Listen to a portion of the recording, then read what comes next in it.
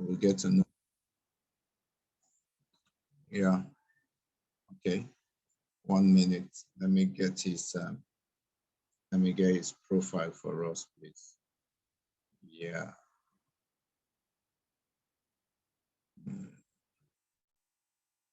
Okay. So taking us for today's class is Mr. Ponga Liwewe. He is the CEO of Impala Media Limited, Zambia. He bagged a Bachelor of Business Administration from the prestigious Copperbelt University, Zambia. He was the Secretary General of the Football Association of Zambia between May 2016 to June 2018, and also the Marketing Manager Africa Super Sports from January 2005 to July 2008. He was the Sponsorship Manager of Sab Miller from March 2000 to December 2004. He is the patron of Mapili Youth Sports Academy. He's also very passionate about the African continent and its future, looking to breaking down barriers between African countries using the power of sports and media to create new opportunities. Ladies and gentlemen, right here with us is our lecturer. Mr. Ponga, you are welcome to the class. The floor is now yours. Thank you very much. I hope I'm loud and clear. I just wish I was doing this presentation or this having this discussion with you in Nigeria, because it's really one of the countries I love going to in the African continent. I'll just say a little bit about my background, and please feel free. I mean, we're going to have a discussion here. I don't want to just talk endlessly. So anytime you want to interject, please feel free to do so. Just a bit about my background. My name is Ponga Liwewe. I'm 55 years old, so I've been around for a long time. Let's say a little bit about my involvement in football, because I've predominantly spent most of my career in the arena of football. So I was a university student, as Mike has said. Now, I had a bit of fortune because I was the son of a football commentator. My dad's name was Dennis Liwewe, Zambian commentator. Probably the older generation may have heard of him. I don't think anybody, maybe the last 20 years or so would have. So I was very fortunate in being able to get interaction with players from a very early age, young players who played in the national team, in the top club. So this naturally attracted me to the game of football. So while university student, I began to dabble in football writing. I also got involved 1 or 2 times in commentary, because I recall one time my dad was doing the commentary in the box and the analyst didn't show up. So he asked me my opinion, and I gave my opinion, which quite a few people, including the broadcaster, were surprised by, and decided to make me the main analyst on radio. And those days, it was before our TV era. So I started on radio from an early age. I would say I was about 21 when I had my first radio experience.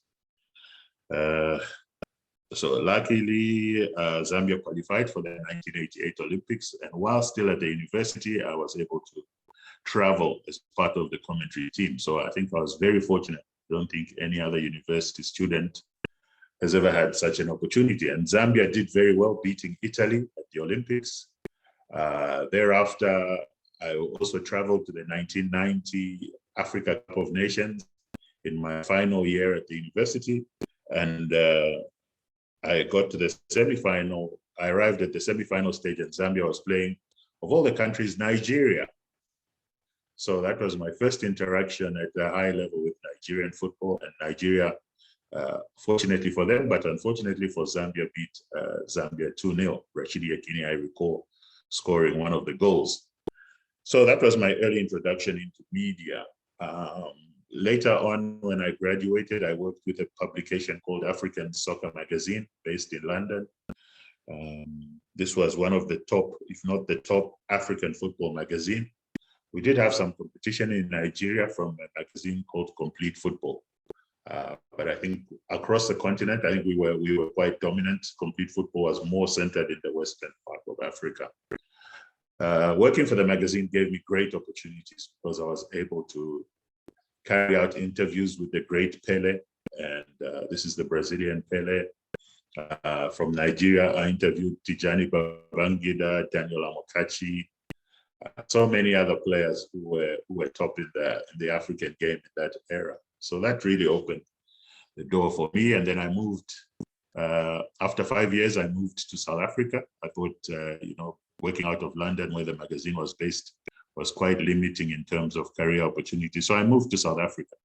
There I was employed by South African Breweries, SAB Miller that time, and I was in charge of sponsorships. So I then started to use the business side of my education. I didn't study journalism formally, but I was involved in journalism. I was able to then spend 3.5 years there. I was running the regional tournament called COSAFA, running the sponsorship of the national team and the third South African third division. So I had 3 sponsorships under my portfolio. I spent there and I felt now it was time to marry my media experience and my business experience. So I joined SuperSport, the broadcaster, TV broadcaster, and spent a good time there, 3 years. And that was the time I traveled quite frequently to Nigeria. Later on, I started my own small consultancy, but I still had my main job with SuperSport. I resigned, started doing TV production. Because SuperSport gave me, I negotiated a deal where I could produce programs, football programs for them. And then that was a good spell. I'll quickly accelerate forward to when I became General Secretary of the Football Association of Zambia for 2 years. But I found instead of an arena where football dominated, it was quite political. So 2 years later, I thought, no, I didn't really come back home because I returned to Zambia after 16 years in South Africa. I didn't come back home to be involved in something very similar, or if not political, because football was very, very political. And then I went back to my business, which is what I'm doing right now. I'm working in sponsorships and marketing in the Southern African region. So it's a pleasure to be here. I should say, and I did say that football is a key part of my life because I've worked media, I've worked sponsorship, I've worked marketing. So I have covered it in quite a whole range. I've been to 11 Africa Cup of Nations, to 4 World Cups, 2 Olympic Games, African Champions League finals. So I've had an extensive coverage of football. Now coming back to media, I'd like to say that I wouldn't have exchanged what I've done in my career for any other thing, because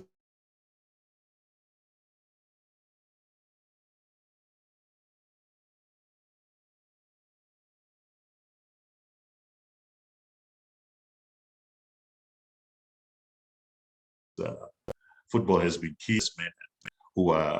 Football has been my love, and I've been around about 32 countries or so, and so it's been a wonderful occasion. So just go on. On the media side, I want to talk from a practical point of view. I don't want to be too theoretical today. Let me start on the print side, because I think that was my inroads into media. When we look at the print side of media, it has evolved now from what we called in those days, we still call them magazines, but is evolving from printed copy on paper to digital media. So that's been one of the key changes. And when I finish talking about print, I will pause a little bit in case there are any questions. When African Soccer Magazine started, a colleague who was much older than me, in fact, I knew him through my dad, because my dad and Mr. Emmanuel Maradas, who was the editor of the magazine, first met at the 1974 Africa Cup of Nations in Egypt. So this is something that goes back as 1974. Mr. Maradas worked for AFP, the French press agency, and later on decided to branch out on his own and start a magazine. So he started this magazine from his bedroom. And this is good practical experience for all those who may wish later on to branch out and create their own media platforms that, that can have an impact across the continent. So he converted one bedroom into an office and outsourced a lot of the work, but did a lot of the writing from home. This magazine started as a quarterly covering African football extensively. Within 2 years, it had become, it started to come out now 6 times in a year, which is every 2 months. Mr. Maradas and myself, he appointed me deputy editor, and we met in the 1990 Africa Cup of Nations. And he asked me, I was still at university then, but he asked me when I leave to come and work with him. So I was glad to take that opportunity. The key thing is that knowledge or information that time was very, very difficult. We relied on, us in the football fraternity, relied on a French magazine called Afrique Football. And that was the only really football publication that covered African football. So imagine if you could get your hands on a copy, which was rare, you then had to figure out how to, or try and read it in French to be able to understand. I mean, all the beautiful pictures were there of the top players, but it was difficult to understand. So we saw a gap in the market for the English-speaking countries, and we took that gap and grabbed it with both hands. Magazine did very well. Within a while, it became a monthly magazine. It had all big sponsors in that publication, all the business, Coca-Cola, all the international sponsors came and supported because it was going into the football market, and everybody knows the power of football. That was how that magazine got up and running. But eventually times changed, things became digital. People were accessing free information on the internet, and the magazine declined in readership. The CEO got involved in football politics at FIFA level. He was campaigning heavily for Sepp Blatter, who became president of FIFA. And then I think his attention moved more from the magazine, away from the magazine into the political side of the game. So today's market is totally different. We are in an era now where digital is the real thing. And worldwide, the print industry is still struggling to find its feet, because in the past, people bought a printed magazine, paid cash there and there on the spot. And then you have all this free information. I mean, information that time was quite limited. So if you were able to get, for example, an interview with a Rashidi Yakini, very few other people would have access to that interview, because you had bothered to go all the way to Nigeria, or later on he went to Portugal, and we were able to go to Portugal. So it was almost like gold for people to want to read that interview. But today's world is open. People have access.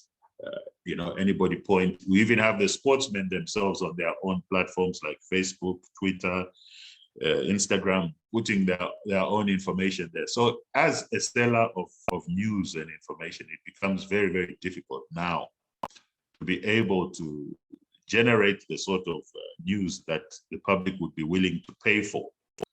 Now, in those days, we were quite news intensive, because to get access to the league table from another country, or to get access to who scored in that match was a problem.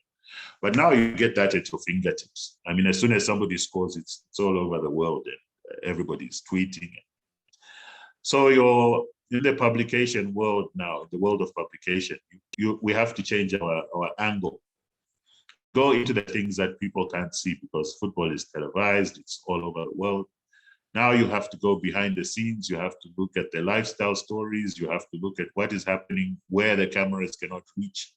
And so there's been a change in emphasis. So we need to be alive to this change. The world of journalism has been decimated. I mean, the number of journalists who have been laid off by newspapers, by magazines, etc., has reached horrendous proportions. And now you have journalists who multitask, because the costs of employing a journalist is high. So in the era of digital media, it has become extremely very competitive in the area of journalism. So this is where we are today. This is the market or the world you yourselves are finding yourselves in as you do your media studies.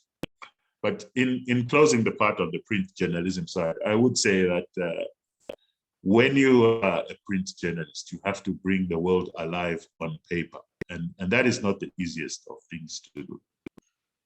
I mean, you have to be extremely well researched. If you are writing about sport or any other area, you need to become really an expert in that area. In my time, I read coaching manuals because I needed to understand the technicalities of football, the formations the coaches play, why the coach made change, because he needed to change formation, or he needed to defend a lead. You know, if you're leading 1-0 and you're in the final, and you need to change to. So we had to go in depth in the understanding of the game. So I went deep. I inserted myself deeply into football, and then also the language. I mean, written language is virtually an art. So you have to be at the top of your game. And the only way you can broaden your vocabulary is through intense reading. And I was fortunate in that from an early age, I fell in love with the reading. So it was never something that I needed to be forced to do. I studied my subject intensively, reading books on football, magazines, newspapers, all sorts of articles, until I was able to grasp the language to a level where I could have an article published in the Financial Times of the UK. I've had articles published in The Guardian. I've written for international websites, these Football Times, etc. I have been able to get to a level where I can be able to be engaging with international media in terms of the quality of my output. So it was again through a lot of hard work, a lot of reading, a lot of sacrifice to understand the details of the game. And then, of course, you meet all the stars in world football. I mentioned Pele, I did Tijani Babangida, one of the Nigerian players I did in those days. When he was playing in Holland, he flew to England for a game for a training camp with Ajax, and we met up there and did a lot of interviews. Later on, when I was at SuperSport, I brought in Abedi Pele to work in the studio, the Ghanaian star, Daniel Amokachi. I also introduced to SuperSport as a studio guest. One of the highlights for me was the 2006 World Cup, which I analyzed as a presenter with Augustine Eguavon. So it was an opportunity to meet the top players in the African game and to carry out interviews, to learn from them and develop, friendships that are lifelong. I mean, the names I mentioned are people I call on personal terms, and we talk on a weekly basis or so. So that has been the power of football from the point of print. And I think I'll take a pause here just in case there are any questions around the print side of journalism and the role it has played in football. Okay, so if anyone has a question for our lecturer, please kindly indicate by putting up your hand so that you can be given the platform to ask your question. If you have a question, please, I hope we recall, let's script our question down and also go straight to the point. So if you have a question, please kindly indicate by a show of hand concerning what our lecturer has taught us so far at the moment.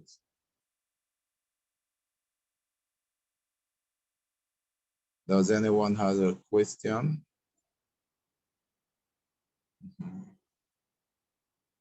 So it seems you are well understood up to this point. Maybe you may want to continue in the lecture or with the lecture. Excellent. So that is the media side of things. I'm going to move now to television.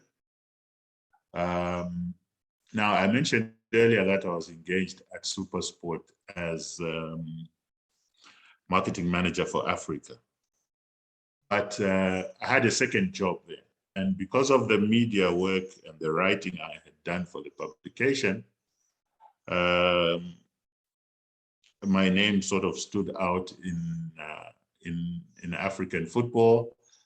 And my first, before SuperSport, I was recruited by SAB Miller into the portfolio of sponsorship manager to manage the relationships between the beer company, which because Castle Lager was the brand, the biggest brand that SA Breweries had, and their way of marketing was through football. So that's how I got myself into SAB Miller in South Africa, and then later on to SuperSport. And because of my writing, and I'd been called for a couple of football interviews when Zambia was playing in South Africa. SuperSport thought I would be a good fit for them, and they approached me, offered me a job, which I accepted. And then they said, but you seem to have quite intense knowledge of football. So we also, we're a broadcaster, that's our business. And I know you're the marketing manager, but would you be available on the weekends to be involved in some of the program? Which I was happy to do. And I found myself on working on the English Premiership. That was my first role in SuperSport. Some of you may remember Gary Bailey. He's a former Manchester United goalkeeper who was the key presenter on SuperSport. And those were the days before we have the studio from the UK, which we did now. So the studio was done in South Africa. So a lot of ex-English players had gone to retire and end their careers in South Africa. So they were the guys who worked on English football, having spent time obviously playing in England. And I was brought in then to work alongside them. So that opened up the TV arena for me. Now, TV, as you all know, is a totally different arena from print. So it took a lot of work and a lot of reviewing other programs to see how the presentation is done. Yes, SuperSport did provide some media training, but one had to, again, I mentioned the importance of knowing your subject. And now that I was working on English football, I had to read intensively on the English game. Luckily, I'd also, while working for the magazine in the UK, been able to make some contacts in English football. So it was very, very important to have the depth of knowledge, because you're sitting in front of a camera, and the whole African continent, as you know, loves English football, and people follow this game religiously. So you have to know. The fans out there will tell you the whole Liverpool lineup from number 1 to 11, who is on the bench. So you really need to go into much more detail than that in understanding. You have to know the tactics of the game. Why is Jurgen Klopp decided to play Trent Alexander-Arnold today, and then next game he has used Joe Gomez? He has to make those adjustments. You really needed to understand to that level of depth. So it was different in that you're sitting in front of a camera. Now, I'm not sure if among our audience we have guys who have been in front of the camera, but I must say, if you are not acquainted with the camera too well, it can be quite daunting. I give an example of a studio guest once. The mic he was sitting in front of the mic, and he was asked a question, and he opened his mouth and absolutely no words could come out. He tried, and after a few seconds, the presenter saw that this guy is completely terrified by being in front of the camera, and then went to a different guest. And then we had to work with only one guest rather than two guests for that aspect of the program, until we went to a break, and then the guy was able to calm down, have a drink, relax, and be told, just flow, let it out, just say your knowledge, just pretend we're having a conversation. Ignore the camera, don't even look at it, just talk to me as if we're having a conversation. So it's not an easy thing to do to sit in front of the camera if you haven't really been acquainted to it. So again, you have to be presentable. Luckily at SuperSport, we had clothing which the company provided. I think those days we had some golf shirts, polo shirts, which were very, very popular. So popular, in fact, that they were even put in as a clothing range. And so many hundreds of thousands of people would go out and buy the shirts every time a new shirt was introduced. That was a new business line for SuperSport. So if you're not in a, and again, different companies have different financial capacities. If you're not, for example, provided the clothing, you have to still make sure that you may have to spend your own money to be dressed appropriately for television and to dress the quality that is needed by television. So again, that is a very, very important point because you're in front of a screen.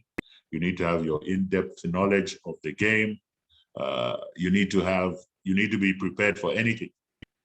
Example, the feed of the game they are feeding into your station may go down, and then you have to then take the mantle and talk about the game, even if the pictures are not coming through because of a technical problem.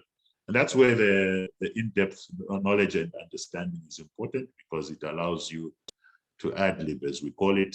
You are there now in a situation where you have to fill in, let's say maybe 10 minutes talking about what has happened until the point that the picture was lost. And then you have to be able to handle that situation. So it's not an easy situation. Sometimes a studio guest may surprise you by being hostile in his answer. You need to be able to manage the situation. He may contradict what you say. You may say, for example, that no, Liverpool played 4-4-2 in the first half, and there are some guests who may wish to show their superior knowledge and say to you, no, that's not true. They were playing, 4-3-3 rather than 4-4-2. Well, what made you think that's 4-4-2?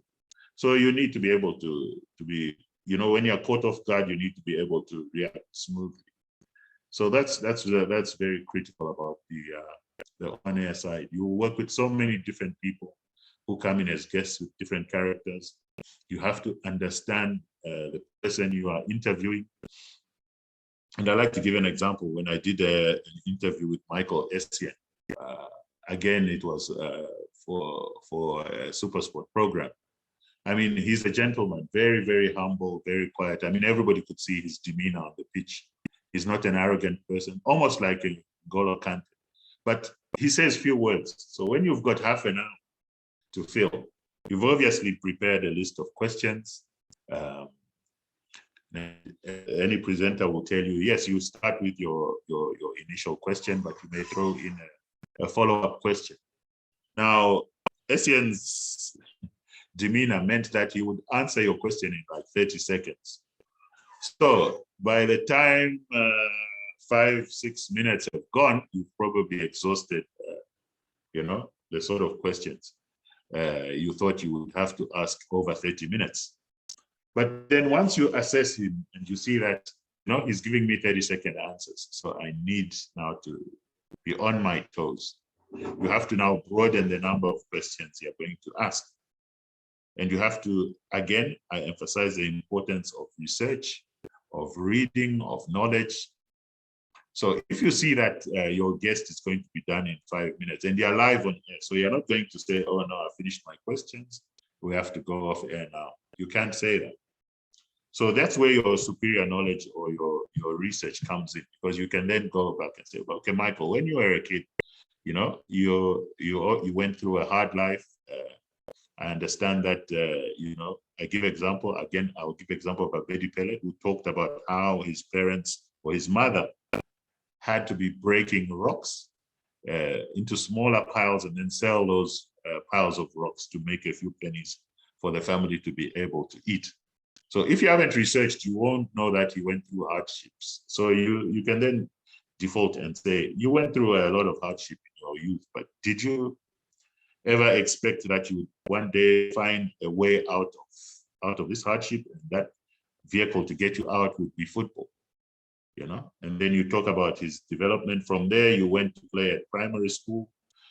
Later on, you went to secondary school. I understand your headmaster there at the time later went on to become the vice president and the president of Ghana.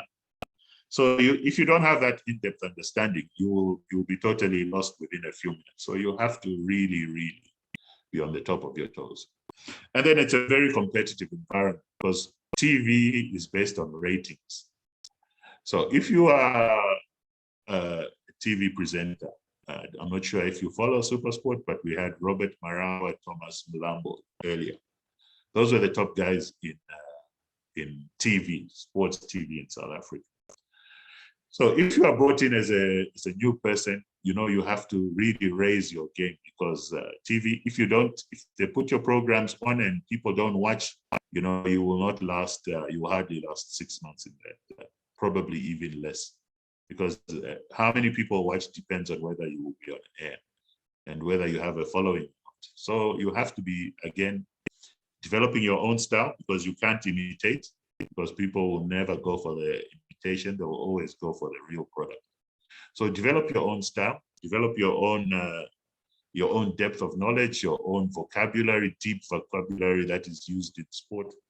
And once you have set the bar so high that you become competitive, you develop your own market, your own audience, your own following.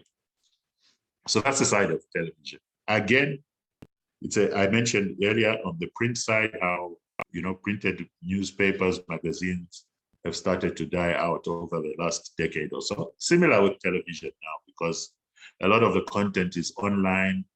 If you're part of the younger generation, or you have younger brothers and sisters, you will notice that the era of sitting in front of the TV screen in the living room and watching has more or less gone. And most of the interaction now is on the phones, on the smartphones, on the internet, on laptops, on computers. That is where, and therefore the trend of viewing has shifted from a television set, which it was in my day, to mobile platforms. So as a journalist, you have to be active on those platforms. Your social media is important because it is your own voice and maintaining a link to the public. If you look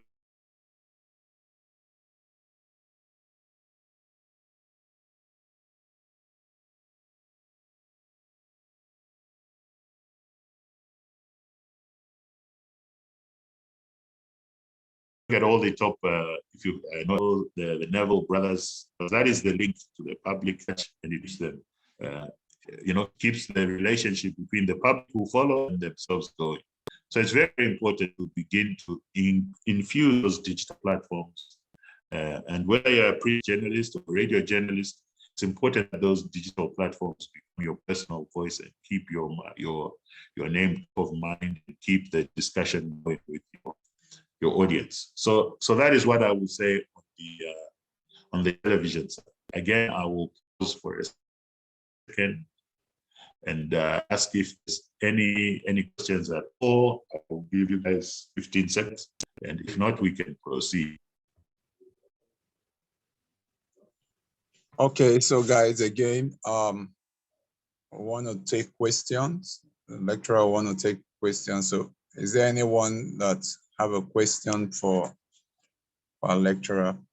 Please, you can indicate with a show of hand so that you can be given.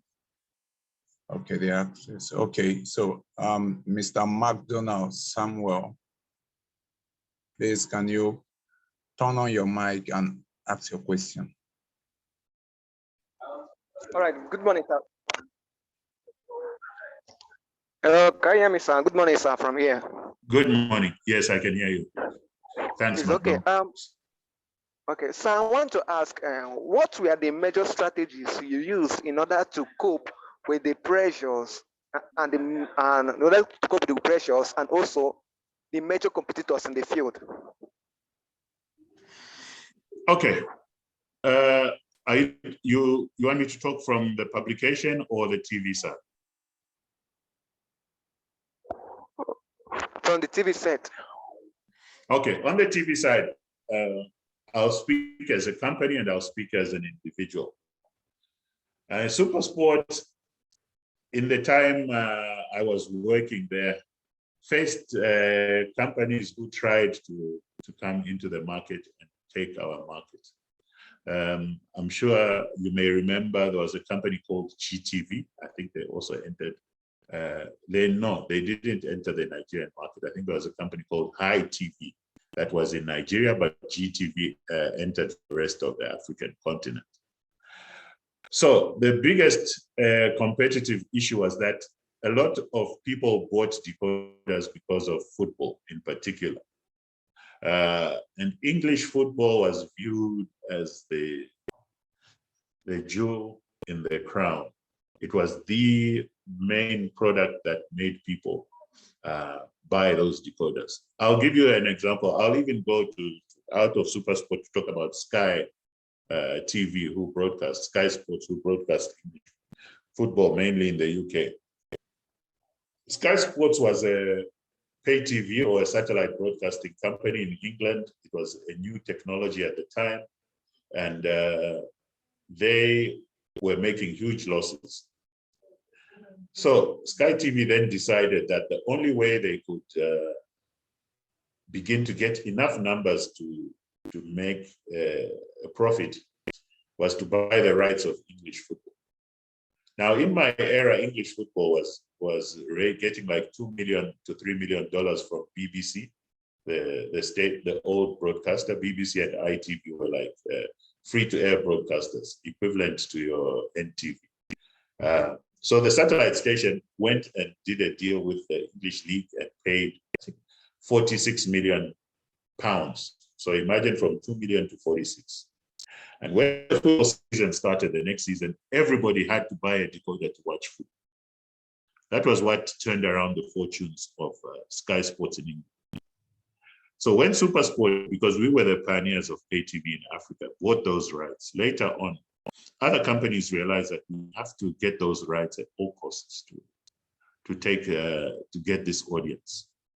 So GTV and High TV in Nigeria went and paid and beat SuperSport when it came to the bidding of the TV rights, which was a shock. I was marketing manager for Africa.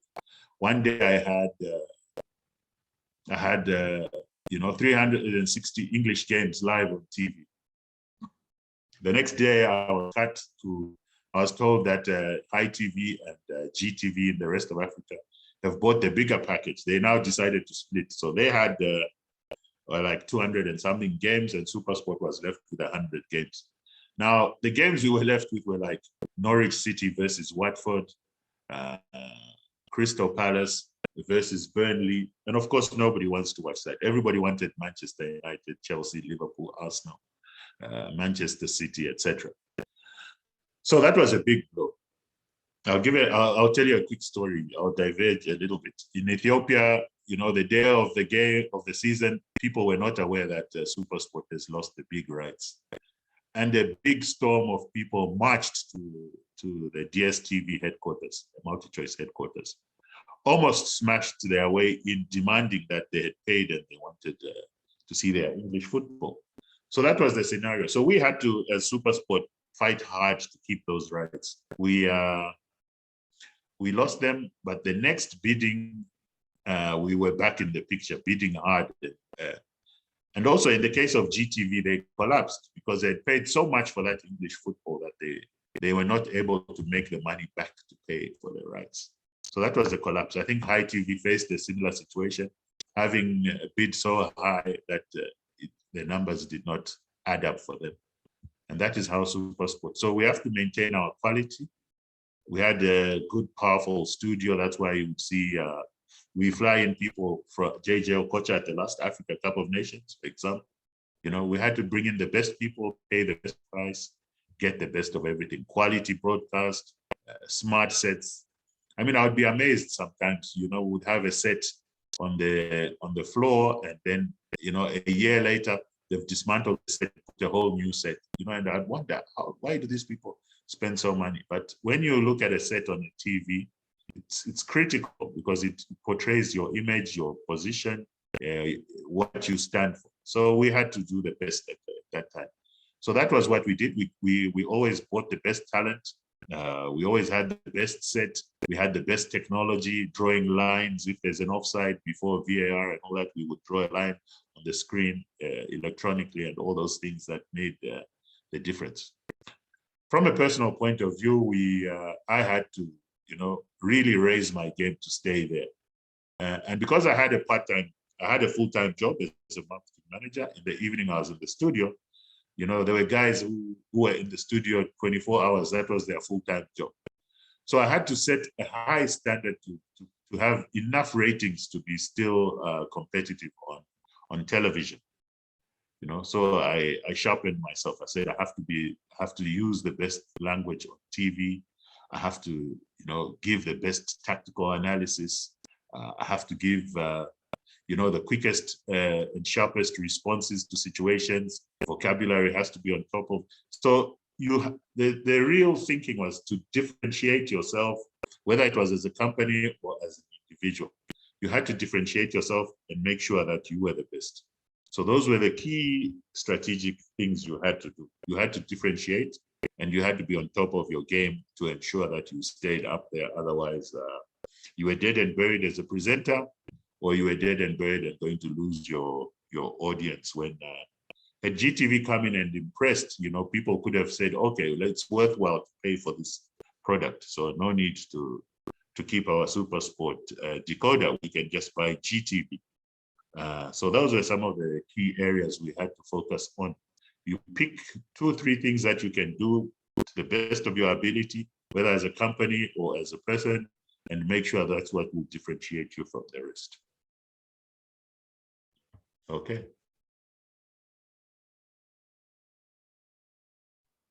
Thank you very much, sir. Please, is there any other person? Is there any other one that would want to ask a question to our lecturer as regard all that he has taught us so far? Yeah. Anyone? Please indicate by a show of hands. Okay. I can see Adobe Doris. Her hands are up. Please, Ma, you can turn on the mic and ask your question. Okay, sir. Thank you. I wanted to know if it's possible to overcome shyness as regards presentation on camera. That's a great question. And I'll be the first person to admit I'm quite a shy person, a quiet person, but I said to myself when I had the opportunity, you know, I have to come out, I have to bring myself out. And the thing that made it easier for me was to know my subject. So if you know your subject, you are confident about what you are saying.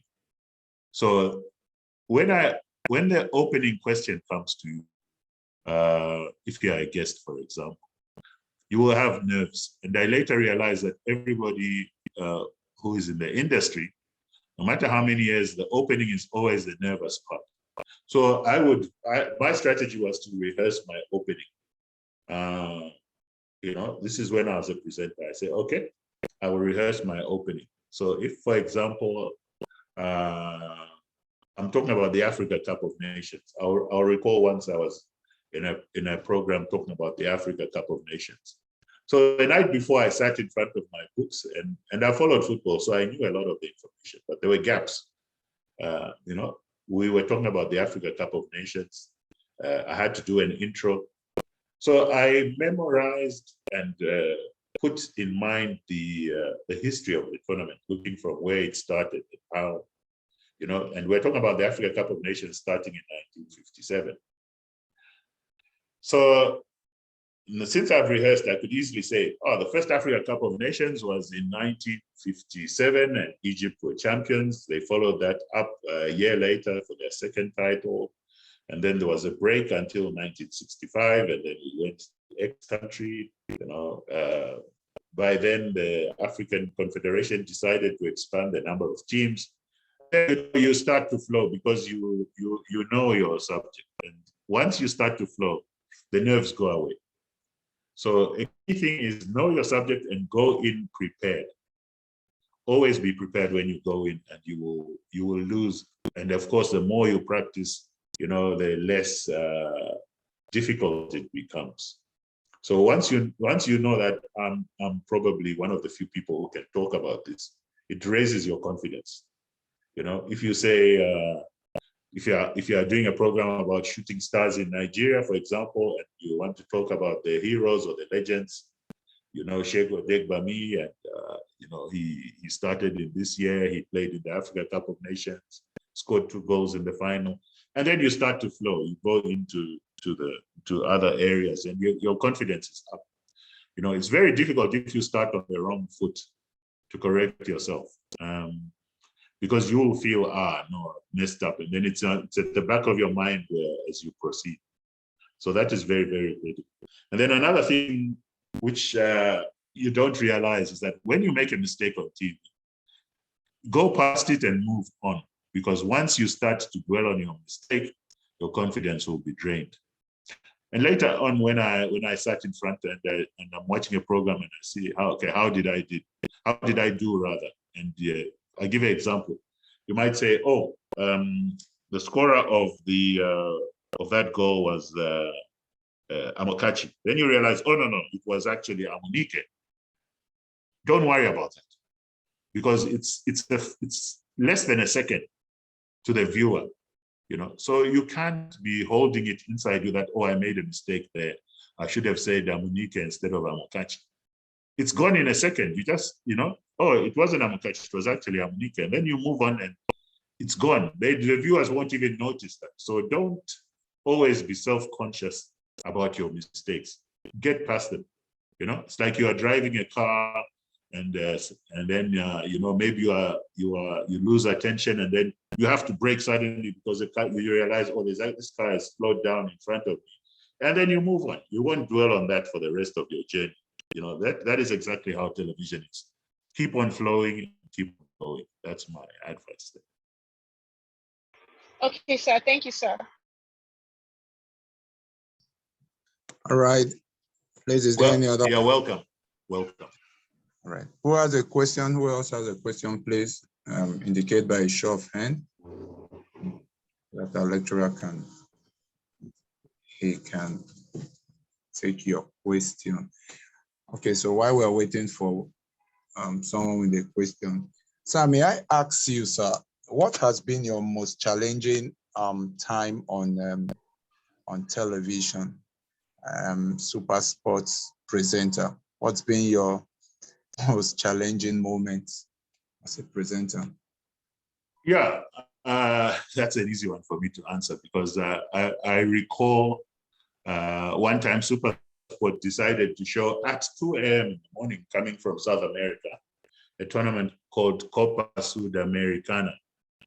Now, this tournament was coming on at 2 a.m., which meant that I would be in my office till 5 or 6 p.m. in the evening, get home, have dinner, have a nap, and then have to be up at 1 a.m. and drive back. In fact, at 12:30, because the requirement at SuperSport is that if you're in studio, you need to arrive 1 hour before the program, and it's non-negotiable.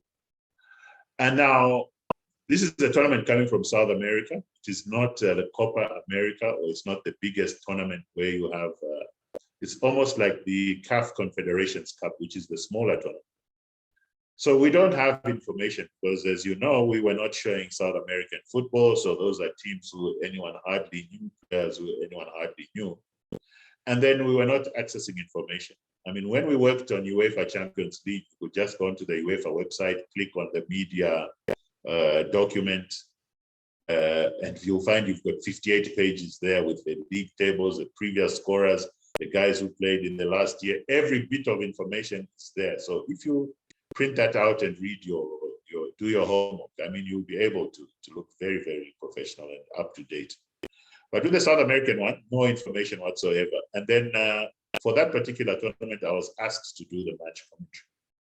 So you don't have lineups, you don't know the players, so you are now online trying to find a newspaper in South America. We may talk about the previous game, which we mentioned, the coach, which we mentioned the two or three key players where there's a picture of a player. So with very, very basic information, that's the point I'm trying to make. To run a commentary of a match and you do not have information, and it's very, very difficult. You may only have the names of 4 or 5 players at the end of your research, or 6 players.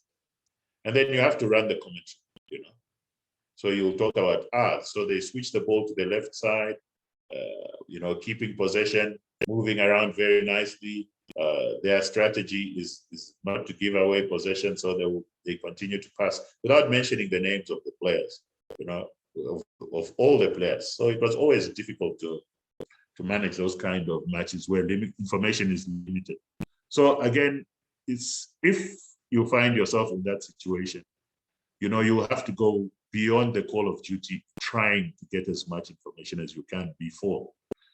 I imagine you arrive, I mean, English football, you could arrive there and you know who is playing for Liverpool, who's playing for Man City. You know, you don't even need that. You just need to find out who is injured, who is not injured, who has been dropped, and that kind of information. But you know the players. So when you don't know anybody, you know, it's a nightmare. But you have to go. You have to do the job. The job has to be done. You can't make an excuse and say, no. You can't say to your viewers that I'm sorry, I didn't get a team sheet or I didn't get the lineup, so I'm stuck. You know, sometimes if they flash the lineup there, you quickly take a picture on your cell phone and then quickly identify who is who. So you have to have all these tricks in your back pocket to use when you have an emergency. You have to be really adaptive. Thank you. All right, sir. Thank you so very much. Please, is there anyone with a question? Is there any? I can't see a hand up. Sir, maybe you may wish to want to proceed with the lecture, and so I think. Yeah. Do I have an hour or do I have a little bit more? Just to be not overshoot or overrun. Yes, sir. You have as much time as you could have to want to. Yes, sir. Okay, so I'm gonna now switch from, and I said I was gonna talk to you about the role of the media in sport. So I have been involved in 2 football clubs as director of the club. I've been the CEO of the Football Association. I'm just gonna go through some of the media challenges in case you find yourself as media personnel working either at the club or as at the association, where of course the national team falls under your ambit. I'm sure, and I've been following the situation in Nigeria after the loss to Ghana, and I would like to say, you know, it was a very sad period for Nigeria to not qualify for the World Cup. Augustine Eguavon is a very good personal friend of mine, so I really felt terrible for him when Nigeria did not qualify. But back here in Zambia, I mean, I became the CEO after Zambia had won the Africa Cup in 2012. I actually became CEO 4 years later.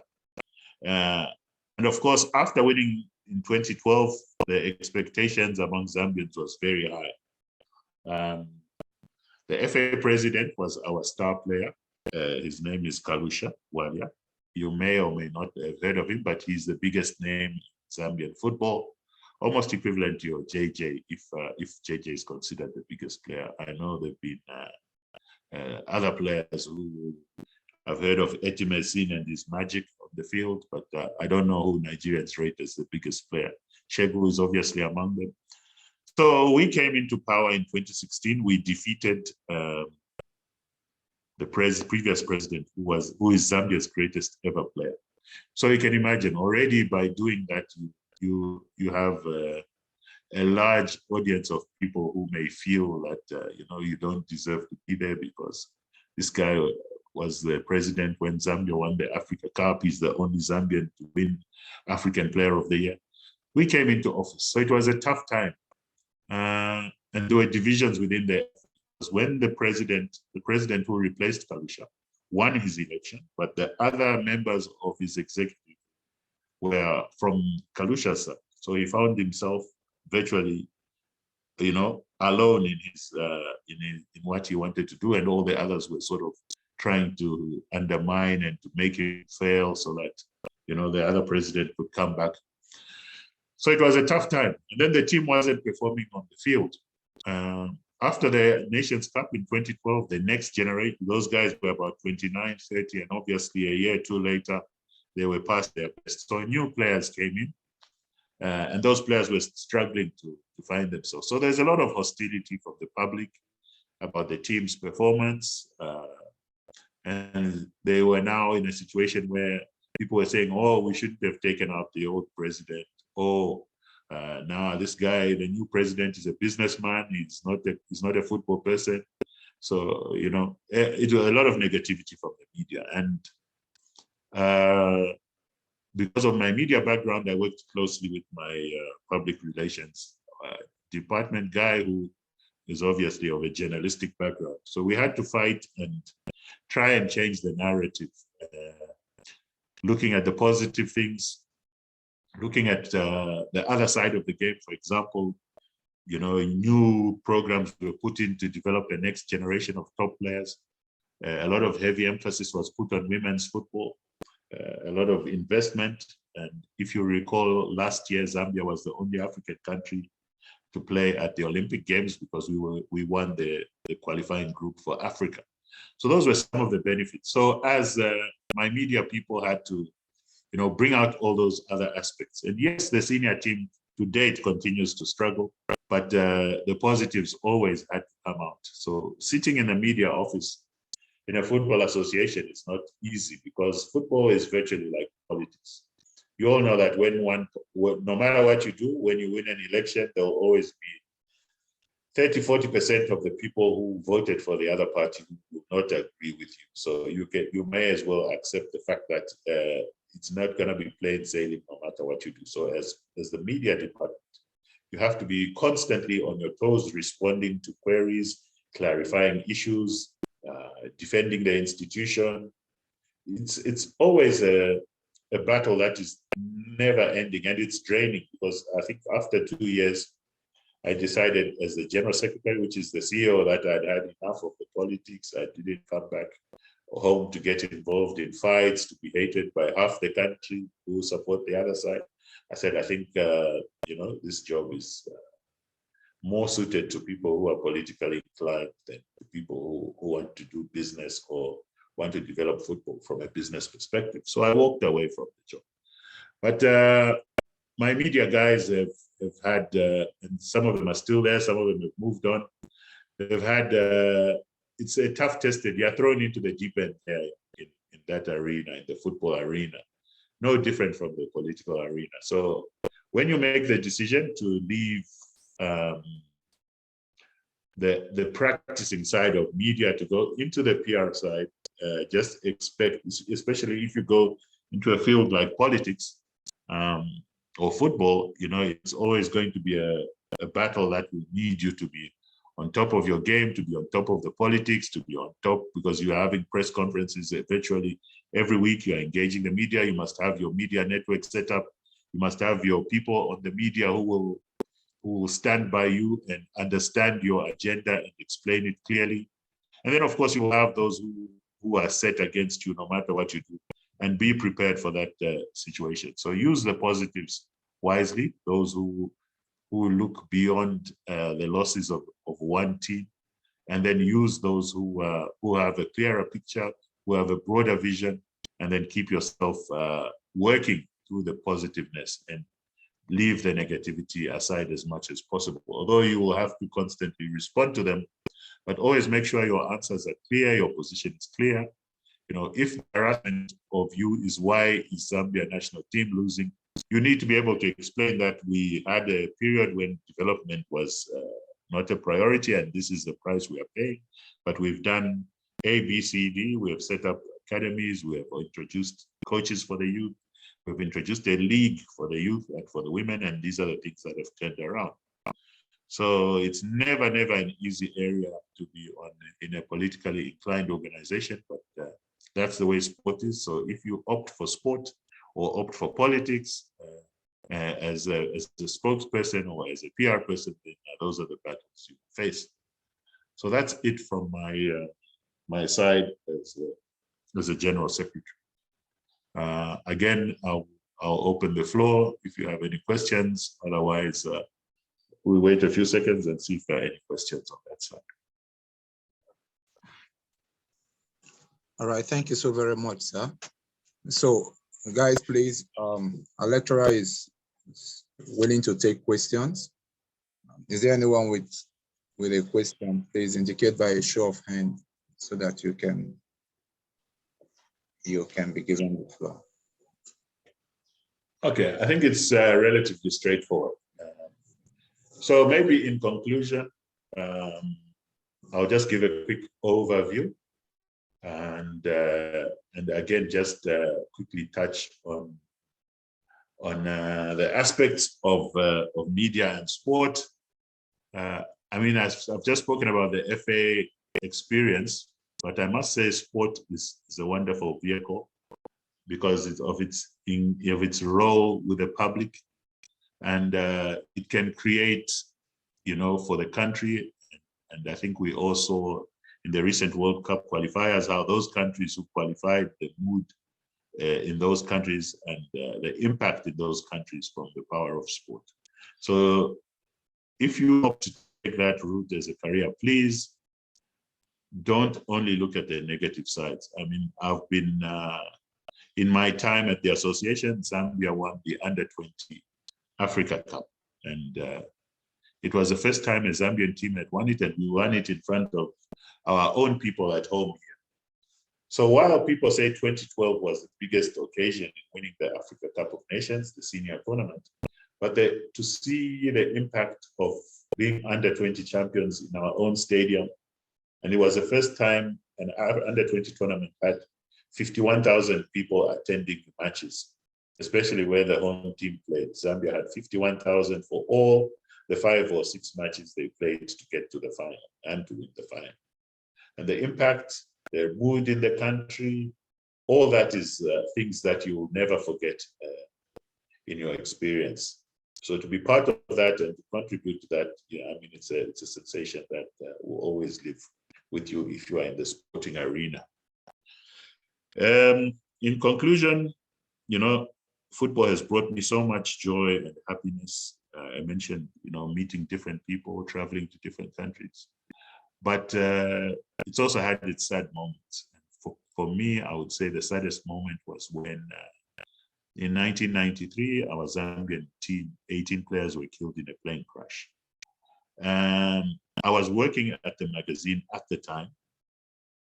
And 1993, I was 27 years old. So a lot of the players who were in that plane were my age mates. They were personal friends. They were people I traveled with. There were people I grew up with. We went out. After the games, we would go to nightclubs, parties. When you're in your 20s, that's the sort of thing that you like. So the crash was a big, big personal blow.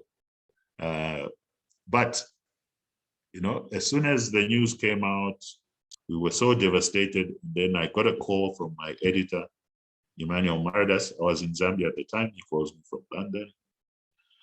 He says, I know this is difficult for you, but I really need you to write a piece, sort of obituary type piece firstly on the team, and then secondly, to explain how the team traveled until the point of the crash. So it was, I almost turned down the assignment. I actually had to take photographs at the airport as the plane was coming in and the coffins were being brought out. There were teams lined up there. The entire country was in tears. It was a very, very difficult moment. But the key thing you had to realize, or I had to realize, is that I had a job to do. I had to tell the story of this team. I had to tell the story of these players. I couldn't let their memory die without telling the world about how magnificent they were.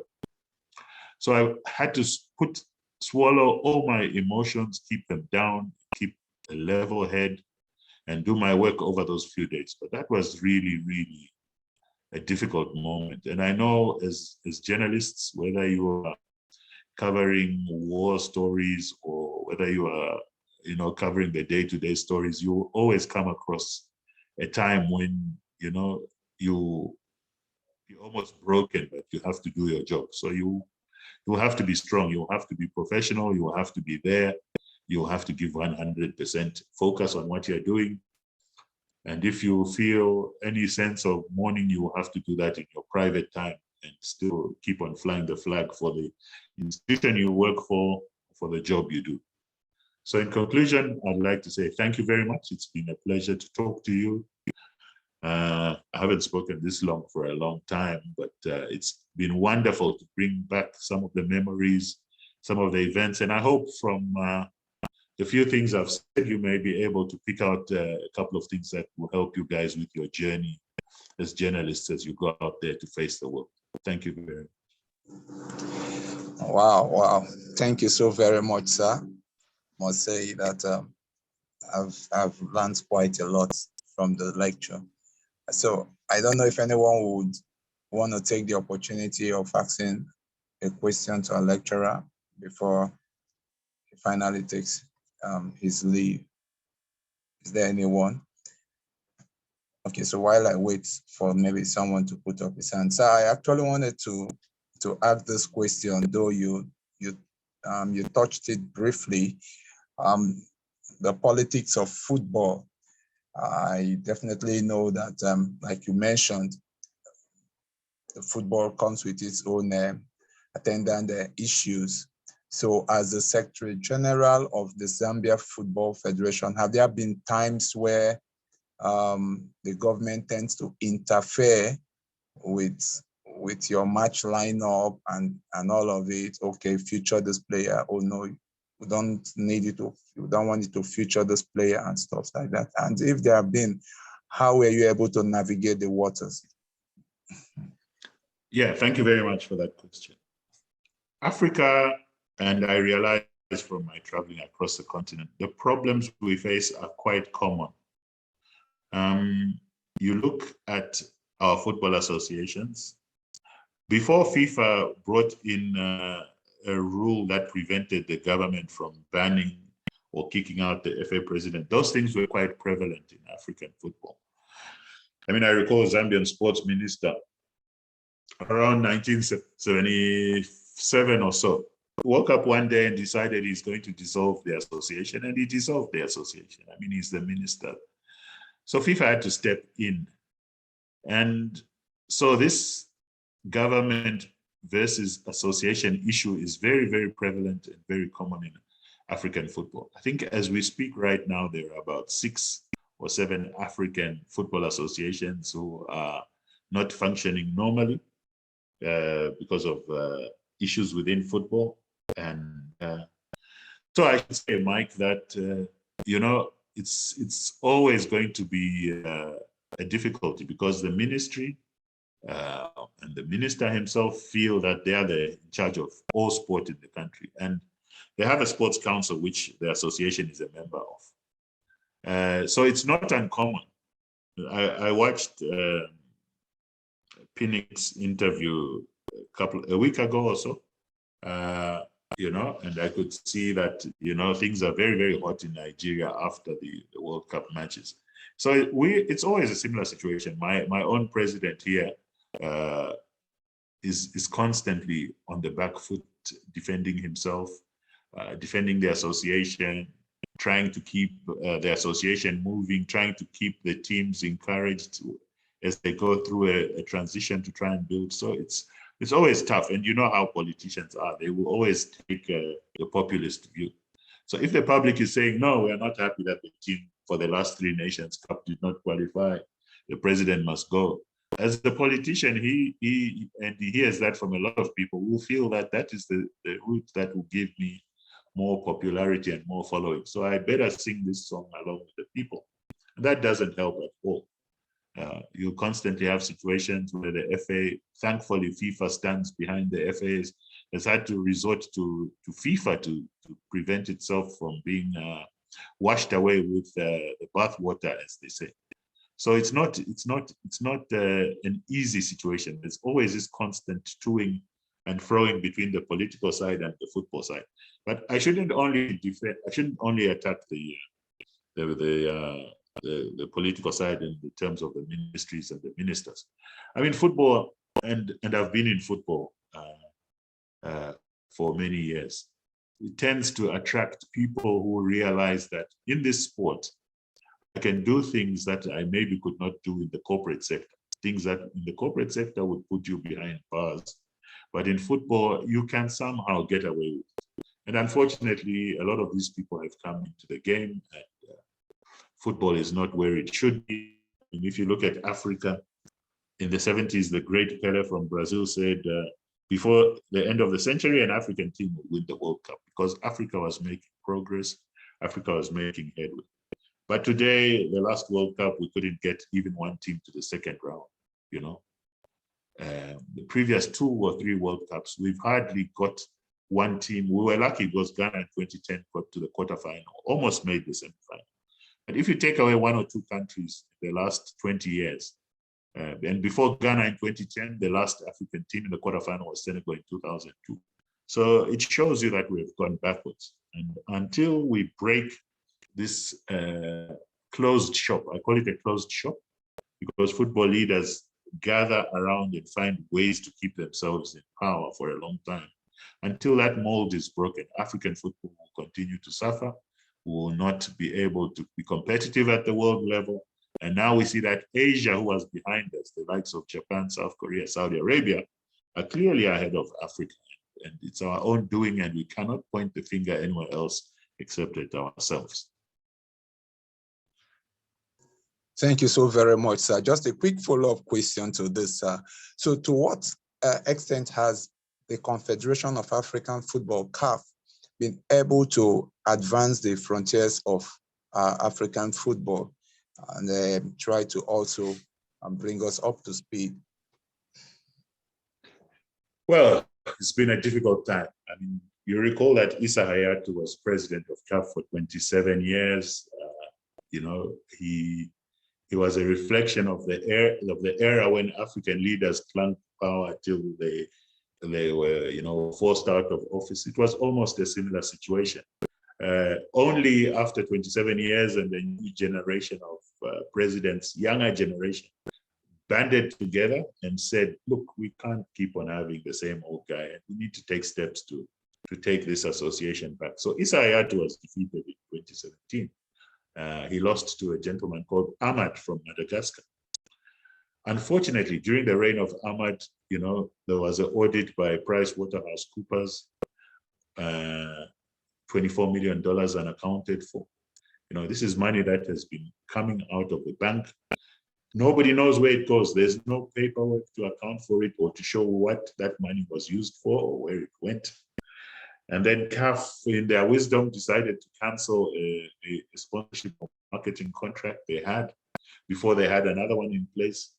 So today they are facing legal issues with Lagade, who was their marketing agent, and they guaranteed for a 10-year period to give CAF $1 billion, so $100 million every year. That contract, CAF walked away from it, said it was not good enough. But before they had a contract in place, you know, they dropped that contract. To date, for the last 2 years or so, CAF has only got little sponsorship dribbling in from here and there. So the organization has virtually swallowed up, I would say, 60 or 70% of its reserves. It had $140 million in the bank. Today, that is down to, you know, to the 20s or 30s from what I hear. So, and it's a matter of time that money will be finished. So we are going in totally the wrong direction in terms of how we are running our football. They decided to increase the Cup of Nations to 24 teams. How many countries can host 24 teams? And they did it because Europe did it, without looking at the realities in Africa. So our leadership on the continent has been a big letdown, I would say. It's been really, really sad to see CAF from 2017, when a new generation came in, to see the organization moving in the wrong direction, moving backwards instead of forward. And that is the difficult situation CAF is in today, with, you know, financial problems and unable to pay for this and that. Referees are waiting, some of them almost 2 years to be paid, all sorts of bills that are outstanding. So it's a sad case now where we stand as CAF and African football. Wow, wow, wow. That's quite revealing. So guys, anyone with any question about hanging the anchor here for the lecture? I think for me, it has been quite an impressive lecture. I've learned quite a lot, sir, I must say. So is there anyone with a question? Okay, so I can't seem to see a hand here. So I want to say thank you on behalf of my classmates for taking out time from your busy schedule to give us this highly inspiring lecture. I don't know if you wouldn't mind to want to share your social media handles, just in case someone want to follow you up or so. Right. Where do I type that? In the chat area? Yes, you could drop it in the chat. You could as well maybe speak Or I it. just send it through to you and then you can Okay, pass it on. Okay, that'll also be fine too, sir. That'll also be fine. Okay. It's been an absolute pleasure. As I was saying, it would have been nice to sit in front of the audience in Lagos on Victoria Island and have a chat with the friends afterwards. But it's not possible, but I hope sometime in the future it will be possible. Yes, in parting, I just want to say, I'll use a football analogy. I mean, you guys have the world at your feet as journalists, but you have to be the Messi of journalism or the Cristiano Ronaldo of journalism. Meaning, for you to get to the top, you have to sacrifice everything. You have to put aside, social activities. You have to be totally focused. You have to be 100% focused on your career. That way you get yourselves to the top.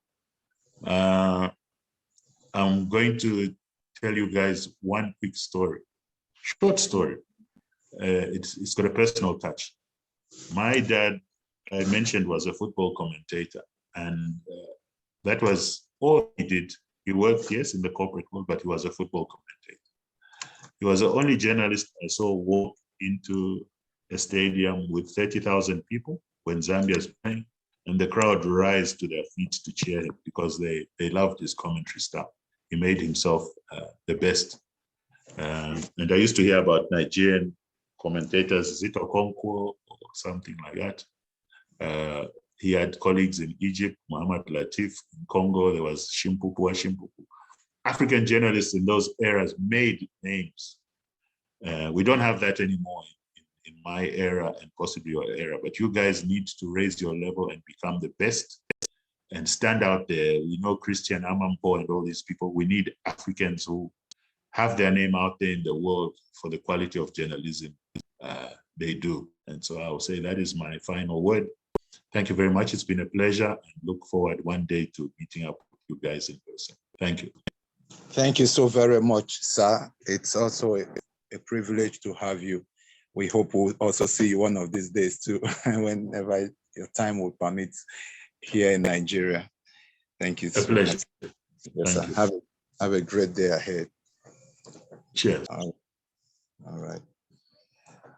Okay, so guys, we know the drill. I believe that we've been able to